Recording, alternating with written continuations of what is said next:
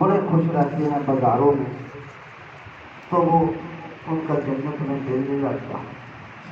تو اس لیے مسجد میں بیٹھنا یہ بڑے اعزاز کی بات ہے۔ آپ بڑے خوش قسمت ہیں کہ آپ کو کچھ دیر مسجد میں بیٹھنے کا موقع مل جائے۔ اور آپ دیکھیے چلتی حدیث آئی ہے نبی پاک صلی اللہ علیہ وسلم کی، آپ صلی اللہ علیہ وسلم فرمایا لوگوں جو مسجد میں بیٹھ کر دین کی بات سنتا ہے، دین کی بات کرتا ہے، اللہ اتنا خوش ہوتے ہیں، اللہ تعالیٰ ان کو پورے حج کا ثواب دے دیتے ہیں۔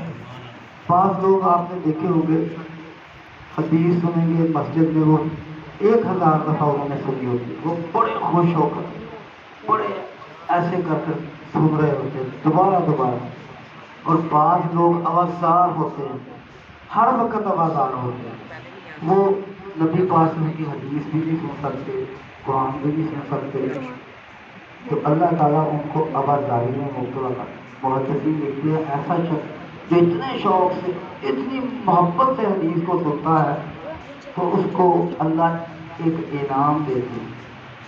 اللہ تعالیٰ فرشتے کے ذریعے جبرائیل علیہ السلام کے ذریعے اس بندے کی محبت لوگوں کے دلوں میں ڈال دیتے۔ یہ یاد رکھیے نبی پاک صلی اللہ علیہ وسلم کی حدیث سے اور قرآن سے محبت کرنے والے سے لوگوں کے دلوں میں اللہ محبت ڈالتا ہے۔ اور آپ نے اکثر لوگ دیکھے ہوں گے بالکل سادہ سے ہوتے ہیں لیکن لوگ ان سے بڑی محبت کرتے ہیں، بڑی چاہت کرتے ہیں۔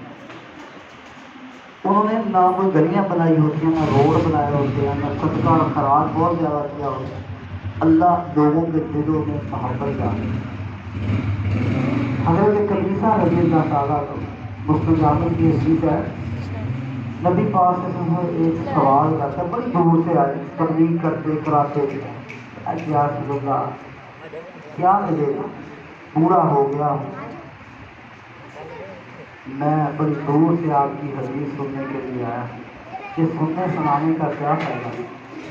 نبی پاک صلی اللہ علیہ وسلم قبیصہ وما مررت بحجر ولا شجر ولا مدر الا استغفر لك۔ اور قبیصہ کیا بات کرتے ہیں، قبیصہ جب تو اٹھ کر جائے گا میں محمد صلی اللہ علیہ وسلم تمہیں گارنٹی دیتا ہوں تو زمین کے جس چپے پہ پاؤں رکھے گا چپے کا ہر ذرہ تیرے لیے دعا کرے گا، تو جس درخت کے قریب سے گزرے گا ہر درخت کا پتا تیرے لیے دعا کرے گا، تو جس نہر کے پل کے اوپر سے گزر جائے گا پانی کا ذرہ ذرہ تیرے لیے دعا کرے گا۔ یہ اس سے بڑا اعزاز کیا ہو سکتا؟ اور سورۃ محمد کی آیت میں اللہ تعالیٰ فرماتے ہیں یا ایھا الذین آمنوا، اور لوگوں جو ایمان لے آئے ہو وہ مسلمان بن گئے ہو، ان تنصروا اللہ، میری مدد کرو، اللہ کہہ رہا ہے میری مدد کرو اور میری مدد کرو اللہ کا، پھر کیا ہوگا؟ اللہ کہتا ہے ینصرکم، میں تمہاری مدد کروں، پھر اللہ کہتا ہے میں تمہاری ایسی مدد کروں گا وَيُثَبِّتْ أَقْدَامَكُمْ، تم زمین پہ ایسے پکے اور ایسے تمہارے قدم جما دوں گا تم سوچ بھی نہیں سکتے، تمہیں ایسی جگہ سے عزت دوں گا، ایسی جگہ سے رزق دوں گا، ایسی جگہ سے بلند کر دوں گا تمہارے تصور میں بھی نہیں آئے گا یہ عزت کہاں سے آئی، یہ رزق کہاں سے آیا، تم میری مدد کرو۔ اس کی تفسیر میں جائیں تو پتہ چلتا ہے کہ اللہ کی کیا مدد ہے۔ اللہ تو دنیا کا آسمانوں کا زمینوں کا بادشاہ ہے، اللہ نے میرے دین کی مدد کرو، میرے دین کی مدد کرنے والے سے میں قدم جماؤں گا۔ دین کی کیا مدد ہے؟ قال اللہ قال رسول، اللہ اور اللہ کے رسول کی بات لوگوں تک پہنچا دو۔ اب مسجد میں لوگ 2% آتے ہیں، بہت بڑی بدقسمتی کی بات ہے، اور باہر 98% لوگ، 98% لوگوں کو بات پہنچانی ہے، وہ کس طرح پہنچانی ہے؟ اب 98% کو بھی یہی حکم ہے احادیث کا، آپ مطالعہ کریں کہ ان کو مسجد کے اندر لے آؤ کسی طرح، کہ مسجد کا ماحول اس قدر پسند ہے اللہ کو۔ اب اللہ کے نبی صلی اللہ علیہ وسلم کی ذات سے اونچی ذات ہے کوئی؟ اللہ کے نبی صلی اللہ علیہ وسلم کو صحیح بخاری میں حدیث ہے، اللہ نے فرمایا جاؤ، جبرائیل علیہ السلام کو بھیجا، جاؤ محمد صلی اللہ علیہ وسلم کو کہو، ادھر صحابہ کہتے ہیں اس ماحول میں جاؤ، مجھے مسجد کا ماحول پسند ہے۔ اللہ کے نبی کو بھی اللہ نے فرمایا جاؤ مسجد کے ماحول میں چلے جائیں۔ یہ مسجد کا ماحول ایسا ماحول ہے، مسجد میں دین سیکھنا سکھانا بہت بڑے بات ہے۔ جامع ترمذی کی حدیث میں نبی پاک نے فرمایا لوگوں جب تم میری مسجد میں ہوتے ہو، اس مسجد میں جو خالص اللہ اور اللہ کے رسول کی مسجد ہوتی ہے، تو میری حدیث سن رہے ہوتے ہو، کوئی سنا رہا ہوتا ہے، تو اس وقت جب وہ حدیث سنا رہا ہوتا ہے تو وہ مسجد ریاض الجنہ بن جاتی ہے۔ صحابہ کو یہ تشویش لاحق ہوئی کہ ریاض الجنہ،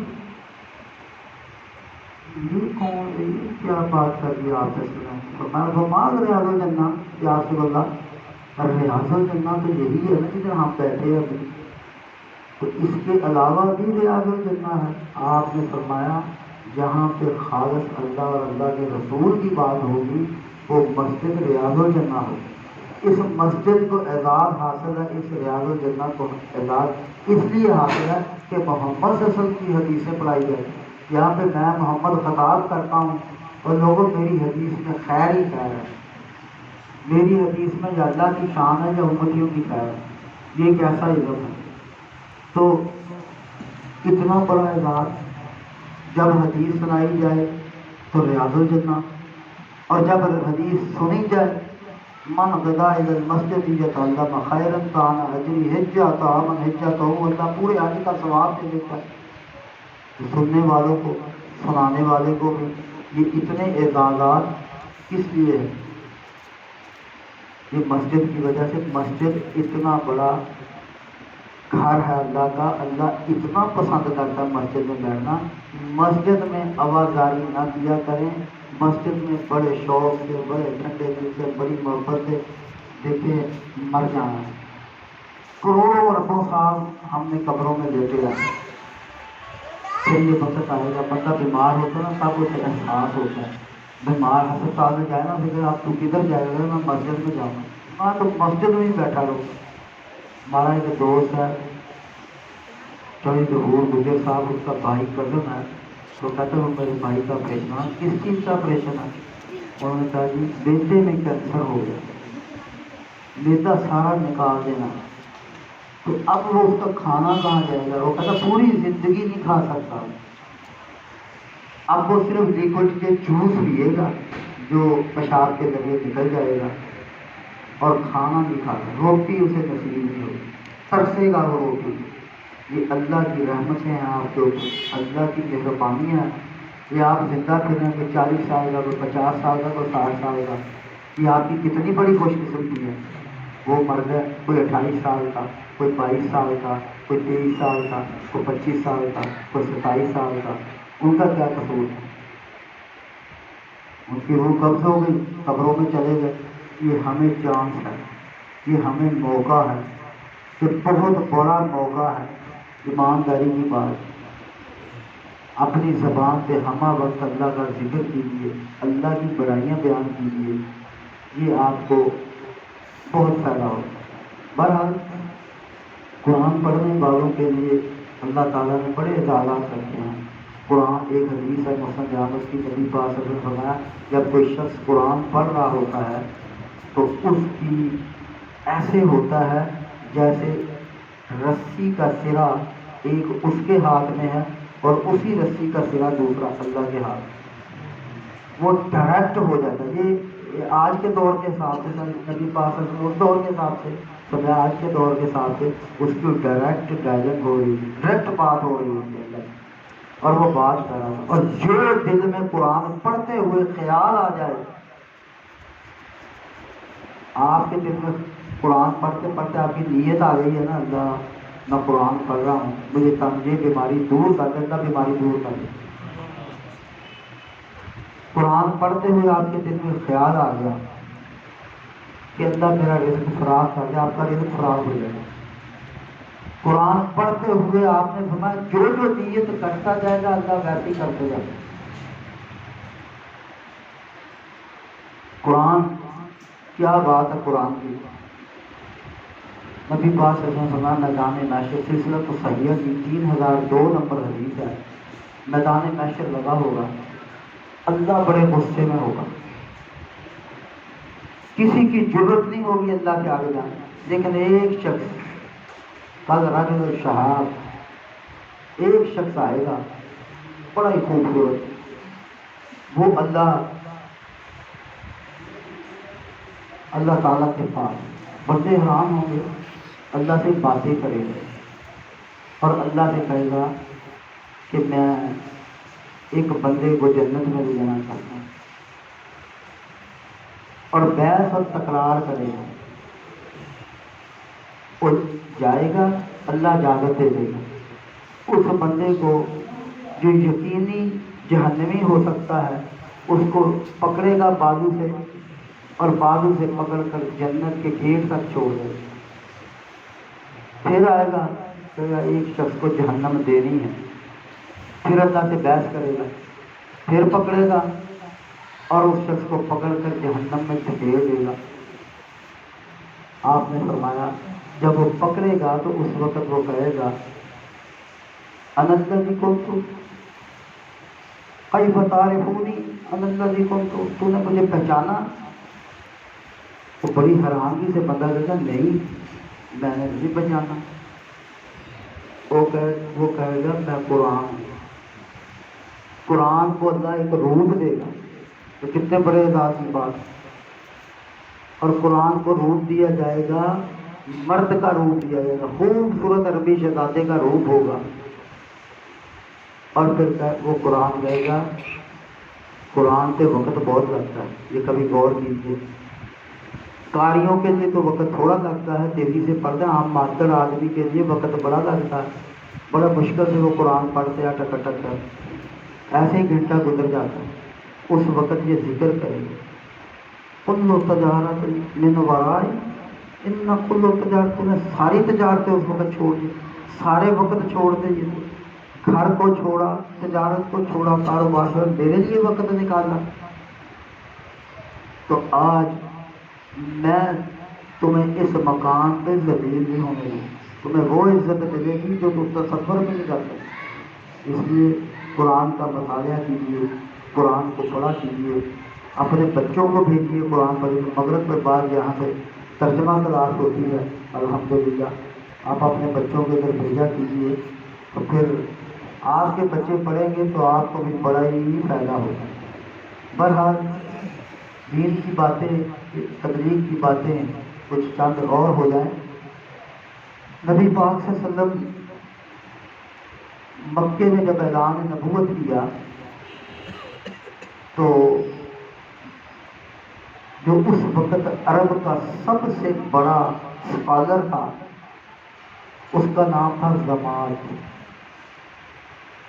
وہ جس کو دم کرتا تھا نا، یہ ہوتا ہی نہیں تھا کہ اسے شفا نہ، بڑی سے بڑی بیماری میں پھونک مارتا تھا تو وہ بندہ فوراً درست ہو جاتا۔ 2002 نمبر صحیح مسلم کی حدیث ہے، یہ حدیث بہت جگہوں پہ آئی اور یہ سننے کے قابل حدیث ہے۔ اس حدیث میں پورے کا پورا دین آ گیا۔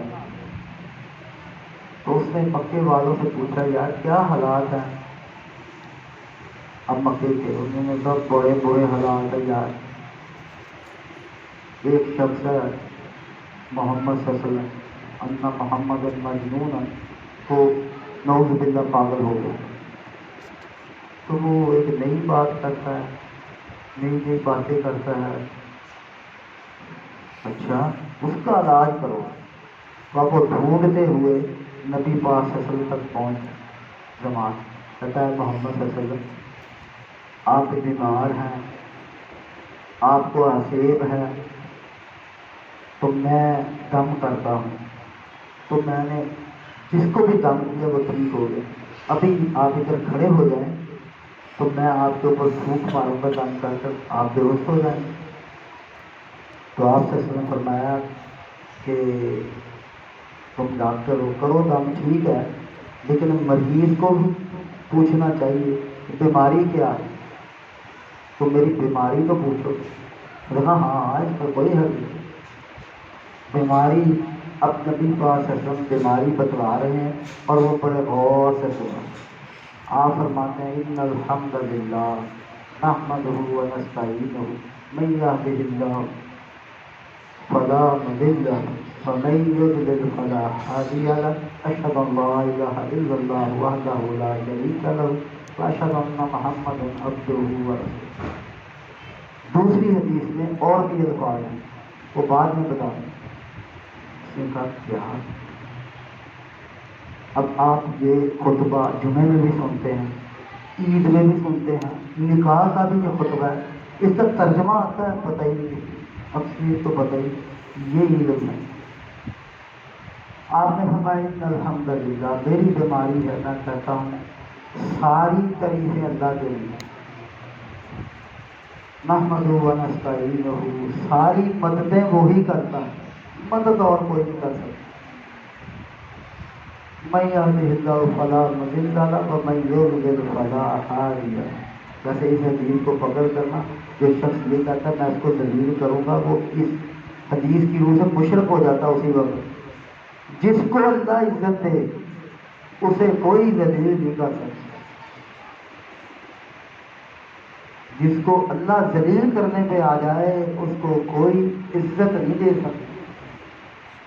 میں شہادت دیتا ہوں اشہد ان لا الہ الا اللہ، اللہ کے علاوہ کوئی معبود نہیں. دوسری حدیث میں یہ بھی الفاظ ہے، آپ نے اما بعد اس کے بعد فإن خیر الحدیث کتاب اللہ وخیر الہدی ہدی محمد وشر الامور محدثاتها وکل محدثۃ بدعہ وکل بدعۃ ضلالہ وکل ضلالۃ فی النار. یہ دیکھیں اس ایک حدیث میں پورا دین آ جائے، پورا دین نبی پاک نے اس کو بتلایا کہ اس کے بعد بہترین بات اللہ کی، اللہ کے قرآن کی، اور بہترین طریقہ محمد صلی اللہ علیہ وسلم کا. اس کے علاوہ سب طریقے بیکار ہیں. جو دین میں نئی نئی باتیں کرے گا وہ بدعتی ہے، اور ہر بدعت ضلالت ہے اور یہ جہنم میں جائے گا. یہ نبی پاک نے دین مکمل بتلا دی اس کو.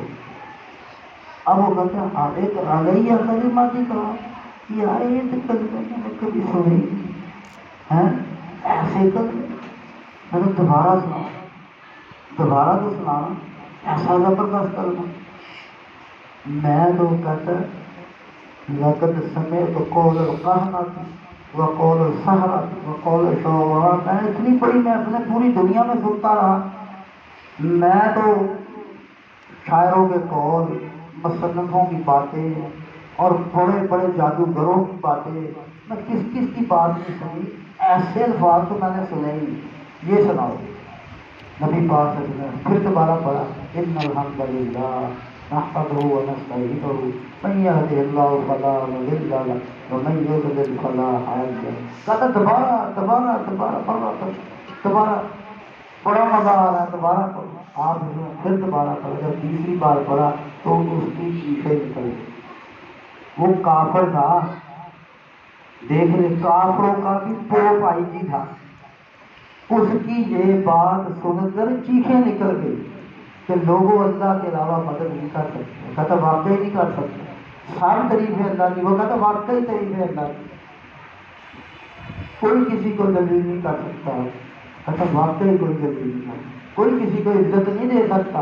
وہ کہتا واقعی بات. جس کو اللہ ذلیل کرنے پہ آ جائے تو اس کو عزت نہیں ملتی، جس کو اللہ عزت دینے پہ آ جائے اس کو کوئی ذلیل نہیں کرتا. اب اس کے دماغ میں یہ بات تیسری دفعہ اس کی چیخیں نکل گئی، ساتھ ہی پڑھنے لگے اشہد ان لا الہ الا اللہ. میں بھی پڑھتا ہوں یہ کلمہ اور میں ایمان لاتا ہوں، یہ مان گیا ہے. یہ پورے کا پورا دین اس حدیث میں ہے. جس کو دین کی نہیں سمجھ آتی یقین کیجیے یہ ایک ہی حدیث میں پورا دین.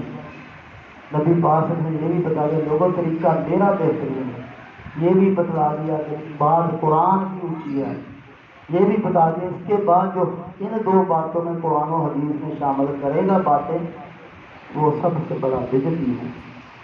بہرحال اللہ تعالیٰ ہم زیادہ نہیں ہو گئے، دیکھو کتنے منٹ رہ گئے. بات کریے نا میرا